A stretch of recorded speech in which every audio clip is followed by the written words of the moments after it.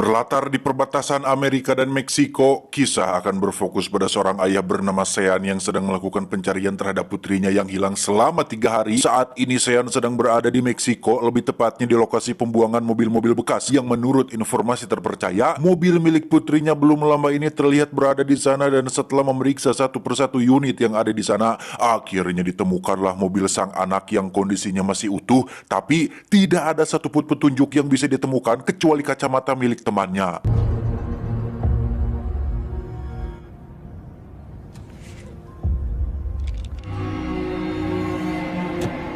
Sean pun langsung pergi ke kantor polisi Meksiko untuk melaporkan penemuan ini. Namun ketika kembali ke TKP, mobil milik putrinya sudah hilang entah kemana, sehingga salah satu polisi yang bernama, kita panggil saja Samsul, ini pun menyarankan Sean untuk segera pergi dari tempat ini karena selain sudah membuang-buang waktu mereka, Sean terbukti telah memasuki lokasi ini tanpa izin dan itu bisa dipidanakan.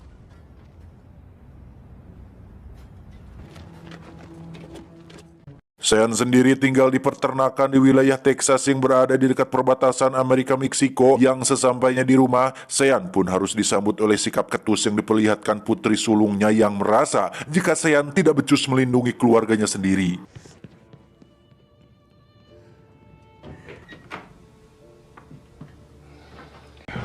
Sikap seperti itu tentu saja akan sangat menyakiti hati orang tua karena Sean sendiri tak menginginkan hal seperti ini terjadi. Lagian, siapa tuh yang mau kena musibah? Siapa yang tahu kapan musibah akan datang? Sehingga sikap putri sulungnya ini sangat tidak patut untuk dicontoh karena seberat-beratnya musibah yang terjadi, alangkah durhakanya seorang anak apabila bersikap nurus tunjung kepada yang menjadi orang tuanya sendiri.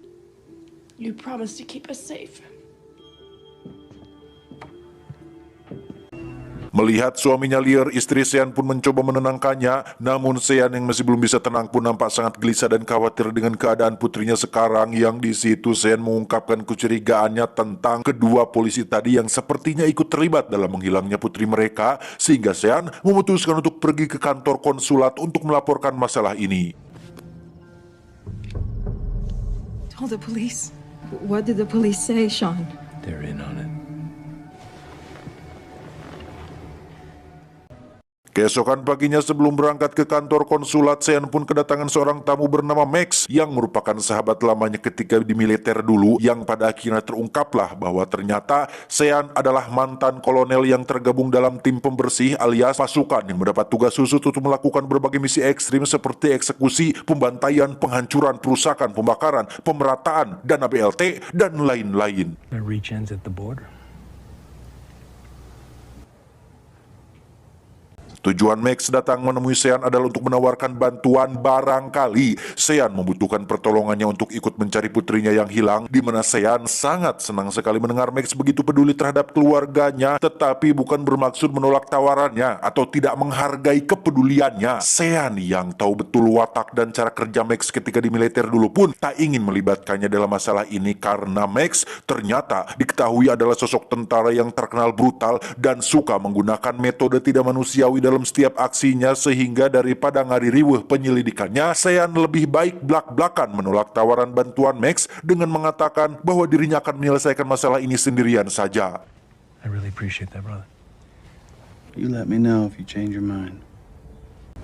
Singkat cerita, Sean sudah terlihat berada di kantor konsulat bersama dengan ayah dari teman putrinya yang ternyata putri Sean tidak hilang sendirian, melainkan berdua bersama dengan sahabatnya. Tiba di ruangan bapak konsulat, Sean langsung menceritakan kronologinya termasuk kecurigaannya terhadap dua polisi Meksiko yang ikut terlibat dalam kasus anaknya yang hilang. She's my daughter.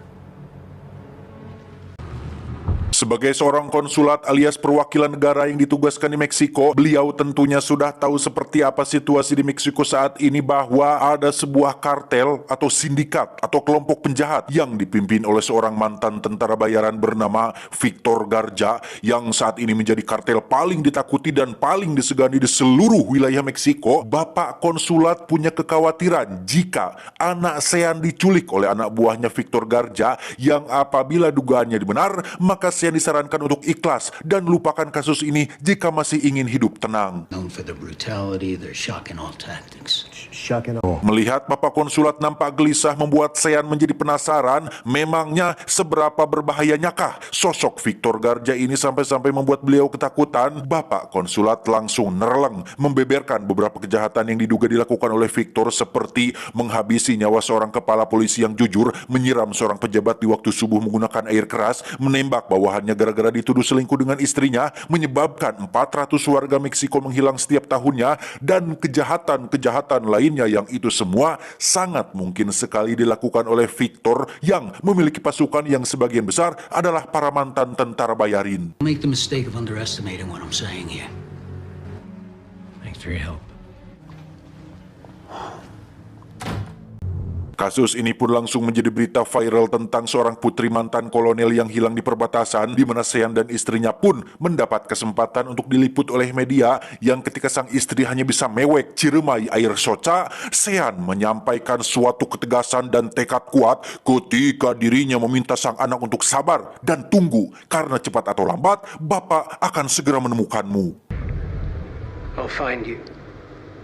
Dan akhirnya kita akan diperlihatkan dengan bebenguk si Victor Garja yang kebetulan sedang menonton berita barusan dan baru menyadari jika salah satu gadis yang diberikan kepadanya adalah anak dari seorang mantan kolonel Amerika Serikat yang tentu saja akan mengganggu hubungan bisnisnya dengan beberapa kolega yang ada di Amerika apabila Sean membawa kasus ini ke tingkat yang lebih serius, sehingga Victor pun langsung menangkap 2 oknum polisi yang menculik anak Sean untuk dimintai pertanggungjawabannya.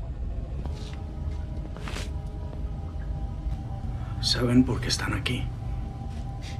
Dan ternyata kedua oknum polisi yang menculik anak Sean ternyata adalah Samsul dan satu rekannya yang sempat membantu Sean ketika di tempat pembuangan mobil bekas, di mana Victor langsung memarahi mereka berdua karena memberikan gadis yang salah yang berpotensi bisa menimbulkan masalah, sehingga tanpa banyak bicara teman Samsul pun langsung ditembak mati saat itu juga. Samsul pun dibiarkan hidup dengan satu syarat untuk membantu pasukannya membawakan kepala Sean ke hadapannya, di mana Victor menyuruh sang adik yang bernama Carlos untuk kerahkan beberapa pasukan tentara bayarannya untuk pergi ke Texas dan habisi seluruh keluarga Sean. Gracias, señor, gracias. Gracias, señor, gracias. Gracias. Setelah Samsul dibawa pergi, Victor pun melakukan percakapan dengan Carlos, adik kandung kesayangannya, di mana Victor menyuruh Carlos untuk bantai Sean dan keluarganya dengan cara yang brutal, tunjukkan bahwa kelompok mereka bukanlah kartel ece-ece, biarkan mayat mereka diliput oleh media, tebar teror, tebar rasa takut, tebar kengerian, sehingga pemerintah, polisi, warga sipil, bahkan penjahat sekalipun akan semakin hormat dan segan saat mendengar nama Victor Garja.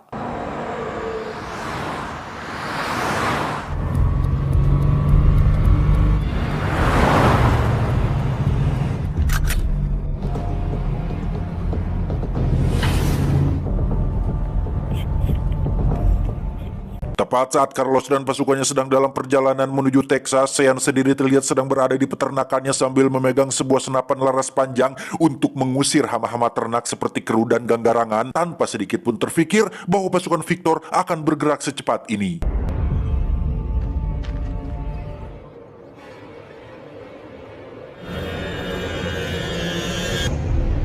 Dan ya, alangkah terkejutnya Sean saat melihat rombongan mobil menuju ke arahnya, sehingga ia pun dengan cepat masuk ke dalam rumah dan menyuruh istri dan anaknya bersembunyi di lantai atas, di mana Carlos dan pasukan langsung melepaskan tembakan secara membabi buta, yang hal tersebut cukup membuat Sean dan keluarganya merasa terintimidasi.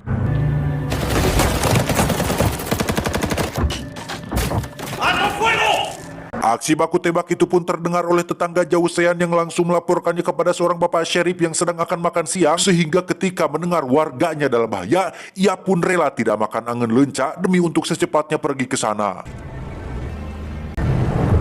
Sehebat-hebatnya Sean dan sebanyak apapun pengalamannya di medan perang, Sean tetap saja kalah jumlah dibandingkan dengan Carlos dan pasukan tentara bertopengnya, yang ketika mereka berhasil mendobrak pintu depan, tiba-tiba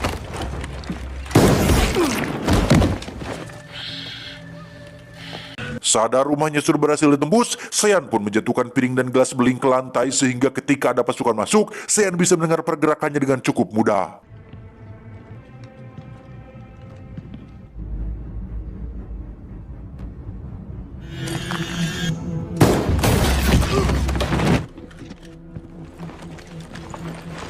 Carlos nampaknya salah strategi ketika dia memerintahkan anggotanya untuk menyebar, sehingga hal itu justru malah mempermudah Sean untuk menghabisi mereka satu persatu di ruangan yang berbeda. Padahal jika Carlos mau, dia dan pasukannya bisa saja masuk secara bersamaan atau tetap berada di luar dan meledakkan rumah tersebut dari luar. Entahlah, Carlos nampaknya ingin menempuh cara yang sulit ketimbang cara yang efektif.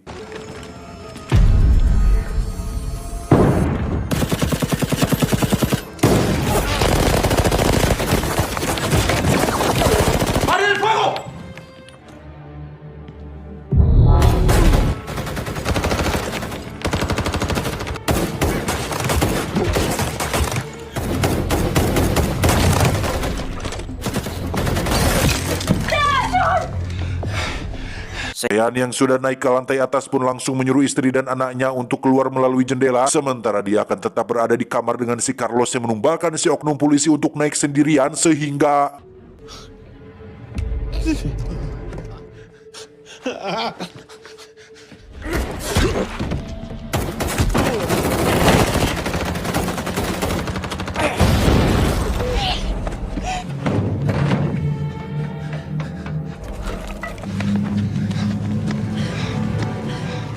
tepat saat Sean berhasil keluar pada keluarganya, muncullah Bapak Sheriff yang datang untuk memeriksa, dan alangkah terkejutnya beliau saat melihat satu jasad tanpa kepala di dalam mobil. Dan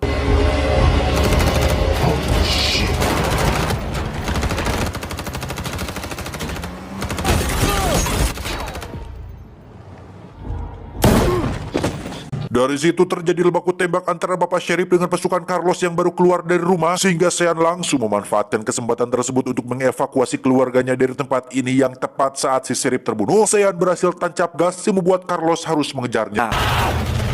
¡Puta madre! You okay? She's okay.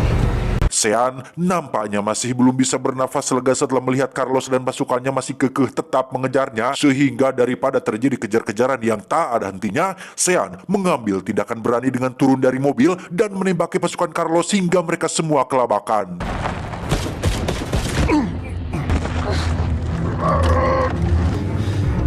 Dari belasan tentara bayaran yang dibawanya, kini yang tersisa hanyalah Carlos seorang. Dan jika tahu akan seperti ini, Carlos benar-benar hanjakal tidak membawa lebih banyak pasukan. Dalam kondisi sudah tak berdaya, Carlos masih saja bersikap polontong alias sombong dengan tidak akan memberitahukan di mana putrinya berada. Namun kesombongan itu langsung sirna setelah Sean menembak kedua kaki dan tangannya, yang setelah alamatnya berhasil didapat, Sean langsung menghabisi adik Victor saat itu juga.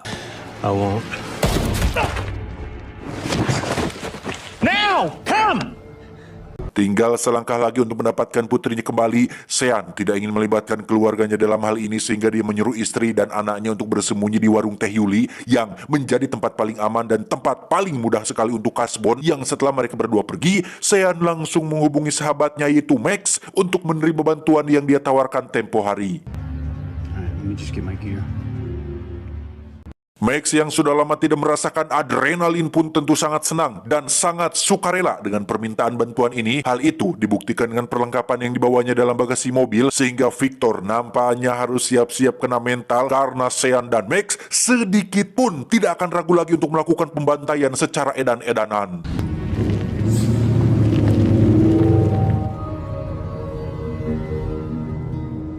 Victor sendiri terlihat gelisah setelah mendapat kabar tentang adik kesayangannya yang tidak bisa dihubungi, sehingga sosok yang katanya kejam dan mengerikan ternyata tidak sebuas apa yang dikatakan oleh orang-orang. Yang tepat di saat bersamaan, Sean dan Max sudah tiba di kediaman Victor, dan tanpa banyak menunggu dan membuang-buang waktu, mereka berdua langsung masuk dan menghabisi satu persatu penjaga yang ada di rumah ini.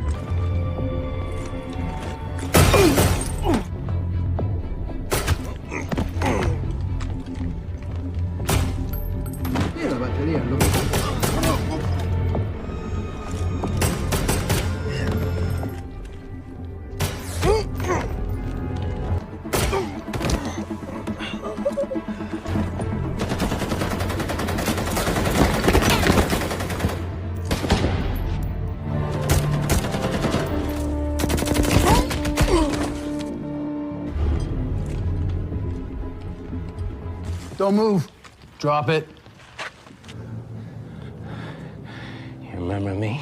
Dan ya, Victor Garza, sang pemimpin kartel terbesar di Meksiko pun harus dibuat kicep dan jiper saat Max dan Sean berhasil menghabisi seluruh anak buahnya, di mana Victor yang di awal sangat meyakinkan untuk menjadi yang terkuat pun kini tampak seperti ayam sayur ketika Sean menghajar wajahnya dengan sangat brutal.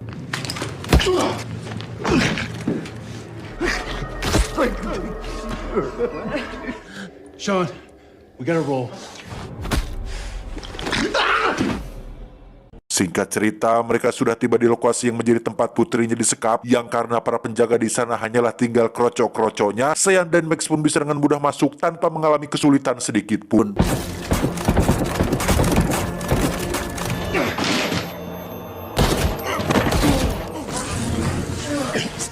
You die. That's Daddy.